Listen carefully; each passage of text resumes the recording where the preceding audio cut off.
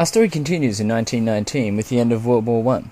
The European powers had indulged in almost 4 years of destruction before starting to run a little short on brandy, cigars, and young men to fuel their war efforts.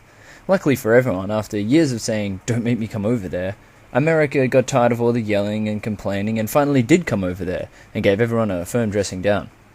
The President, Woodrow Wilson, proposed a peace treaty which was aimed at ending the destructive cycle of war in Europe, but while he wasn't looking, it was thrown in the bin since it was decided there were far too many jobs in the destructive war industry and closely linked unfair treaty-making industry at stake. Instead, the treaty which was eventually adopted was a more traditional, European-style peace treaty, which aimed at inflicting gleefully unfair reparations on Germany, thus sowing the seeds for another brutal conflict and creating job security for all the important chaps in the military. After the debacle of World War One, Australians became deeply cynical about their political leadership. This manifested in the peculiar habit of voting principally on eyebrow size, a trend which has shaped the political scene of the country ever since. Things were, however, once again pleasant for a while, until, in 1939...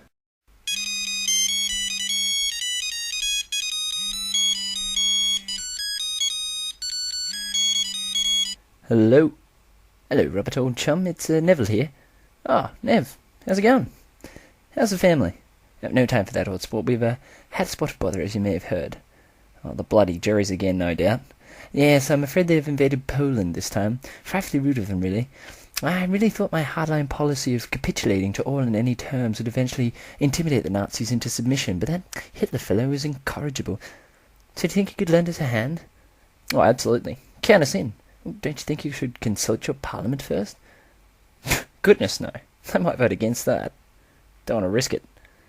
Well, listen, Rob, thanks. I've really got to go. I'm being booted out of office for gross incompetence. Cheerio.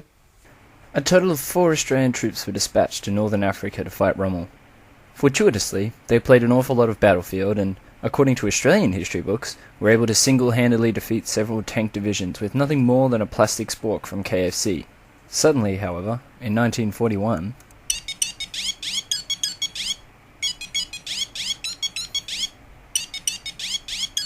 G'day? Hello, this is Winston Churchill. Where's Robert Menzies? He's booted out, I'm afraid. I'm running the country now. Where's Neville Chamberlain? Booted out, thank goodness. I'm running the bloody country now. Well then, what's news?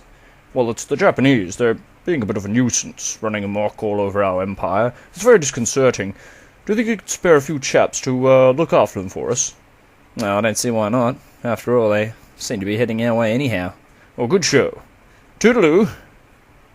Around 35 Aussie troops were sent north to Papua New Guinea, where they were to meet and repel the invading Japanese force. This led to the famous confrontation at Kokoda, where the 35 Aussie diggers faced off against a few million Japanese infantrymen, and won convincingly.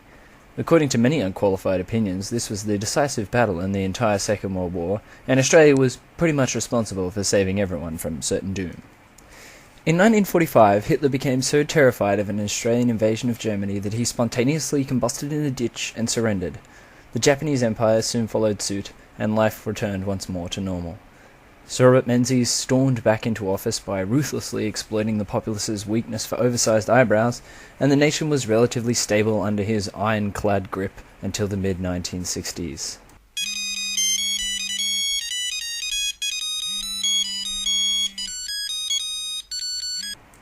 Hello? Howdy. This is Lyndon Johnson. I'll get right to the point. We got a war on, and we're giving you a chance to participate. Oh, goody gumdrops. Haven't had a war since Korea. Where's this one going to be at, and will it spawn any popular sitcoms? Vietnam. It's this whole other country. You can't get there by bus. And no, probably no sitcoms this time around. Ah, well, sounds like a lark. Will it be popular? Lord, no. It's going to be soundly condemned by the entire world community. Oh, so you just need a token ally to give it the veneer of a multilateral action. Bingo. We need a laptop who's gonna stay the course. Sounds tip-top. Pencil us in. This was an ugly war, and it wasn't long before people realised that there was little chance of it spawning a show like MASH, so they took to the streets. Meanwhile, Robert Menzies had retired, and his replacement, Harold Holt, became so stressed he went swimming one day and simply never returned. After Holt went AWOL, a man named Gough Whitlam stormed into power on the back of his impressive eyebrows and promises to withdraw Australian troops from Vietnam. Sadly, nobody realized that Whitlam was completely psychotic until it was too late. He did withdraw troops from Vietnam, but for the next 3 years the nation suffered under the yoke of his tyrannical regime. Among the litany of atrocities committed during the Whitlam years, Australia's darkest hour, was increased funding to social welfare programs such as public health and housing, additional support for institutions of higher learning, abolishment of the White Australia policy, and even abolishment of the death penalty. Needless to say, the Australian public would not stand for this insanity for long, and Whitlam was eventually ousted by a noble military coup. He was led from Parliament House at gunpoint. The 80s was a golden era for the land down under. The nation was led at this time by a fellow who held the world record for sculling a yard glass of beer, Bob Hawke. Today, however, Australia is ruled by a gnome-like creature who goes by the name of John Howard. He has ushered in an era of tolerance, compassion, forward thinking.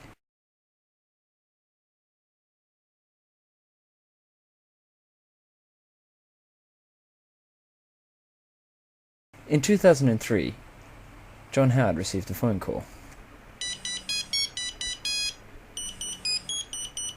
Yeah, hello. President George W. Bush here. Hey, hello, George. How's the family? Fine, just fine. I bought 'em all stretch Hummers.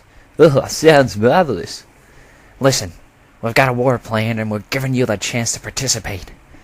Just say where and when, George. We'll be there in a jiffy. It's in Iraq. It's this whole other country. You can't get there by bus. And make sure you bring lots of skeeter repellent. Okie dokie, you're the boss, George. How long do you think we'll be there? I don't know, John. As long as it takes. We could be there a long time. You can expect to be there, I don't know, anything up to 2 weeks. Maybe even 3. Roger that. So, is this going to be a popular one? Well, it's going to be soundly condemned by the world community and the UN. Sounds like my kind of war, George. Count us in.